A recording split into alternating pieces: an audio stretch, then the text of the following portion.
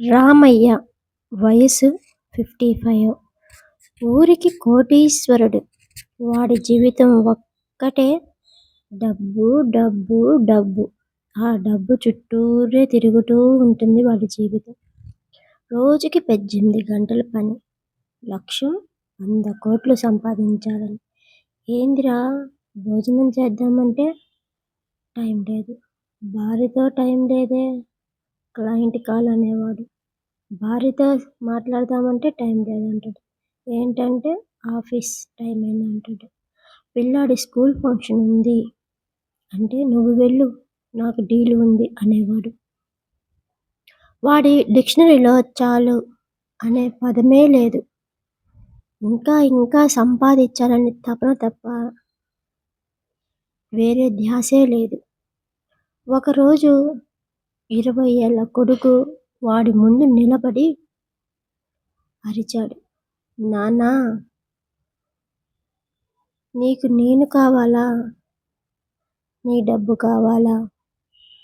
చెప్పు నాన్నా అని. చిన్నప్పటి నుండి నువ్వు ఇంట్లో లేవు. నా బర్త్డేకి నువ్వు లేవు. నేను ఫస్ట్ ర్యాంక్ తెచ్చుకున్నప్పుడు నువ్వు లేవు. ఇప్పుడు నాకు 20 ఏళ్ళు. నీ బ్యాంక్ బ్యాలెన్స్ చూసి నేను నాన్నా అని పిలవాలా? నాకు నాన్నా, నీ ₹1,00,00,000 నాకొద్దు. ఒక్కరోజు నాతో కూర్చొని అన్నం తింటే చాలు నాన్నా. రామయ్య అన్నాడు. ఒరేయ్, ఇదంతా నీకోసమేరా. నేను కష్టపడేది ఎవరి కోసంరా? ఇదంతా నీకోసమే కదరా చేసేది. కొడుకు అరిచాడు. నా కోసమైతే నాతో టైం గడపరా నాన్నా. డబ్బు సమాధానం కాదు నాన్నా జీవితంలో అని వెళ్ళిపోయాడు. కొడుకు ఎంత బాధపడి ఉంటాడు తండ్రితో సమయం గడపాలని. ఒకరోజు రాత్రి 1 గంటకు రామయ్య ఆఫీసులో ఒక్కడే కూర్చొని ఉన్నాడు. 102 కోట్లు టార్గెట్ రీచ్ అయితే ఎంత బాగుండిద్దో అని ఆలోచించి 102 కోట్లు టార్గెట్ రీచ్ అయ్యాడు. పార్టీ చేసుకోవాలన్నాడు. పార్టీ చేసుకోవాలని కానీ సడన్గా ఛాతీ పట్టుకొని కింద పడిపోయాడు. Heart attack. చచ్చేటప్పుడు పక్కన ఎవ్వరూ లేరు.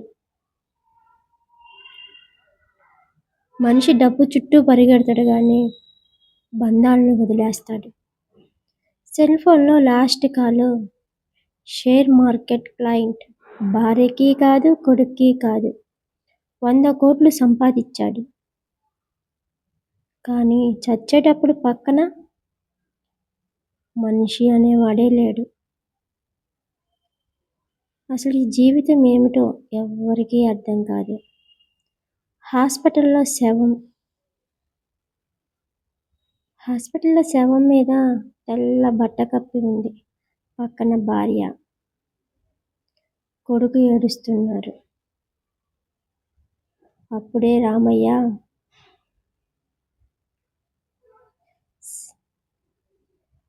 సీఏ వచ్చాడు. అమ్మా, అయ్యగారు మీ పేరు మీద 50 కోట్లు, బాబు పేరు మీద 50 కోట్లు రాశారు. టోటల్ 102 కోట్లు. మీరు కోటీశ్వరులు అయ్యారు. మీరు కోటీశ్వరులమ్మా అన్నాడు.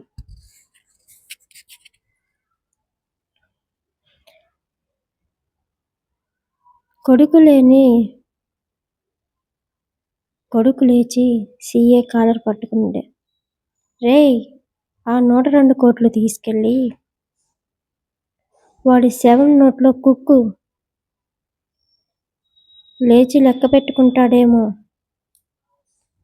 మా నాన్న బతికుండగా వారానికి ఒక్కసారి కూడా నాతో క్రికెట్ ఆడి ఉంటే, ఒక్కసారి అమ్మతో గుడికి వెళ్ళి ఉంటే ఈ 102 కోట్లు వద్దని చెప్పేవాడిని. డబ్బు మనిషిని బతికిస్తుంది అనుకున్నాడు కూడా. కానీ డబ్బే వాణ్ణి చంపేసింది ఇప్పుడు. ఈ కోట్లు ఎవరికి కావాలి? వాడు తిన్నాడా, తాగాడా, నవ్వాడా? లేదు. కట్టుకున్న కఫన్ జేబులు కూడా ఉండవురా. మరి ఎందుకు బతుకంతా జేబులు నింపుకున్నాడు? అసలుకి ఎవరికీ టైం ఇవ్వలేని బంధాల కోసం పరిగెత్తకుండా డబ్బు కోసం పరిగెత్తాడు.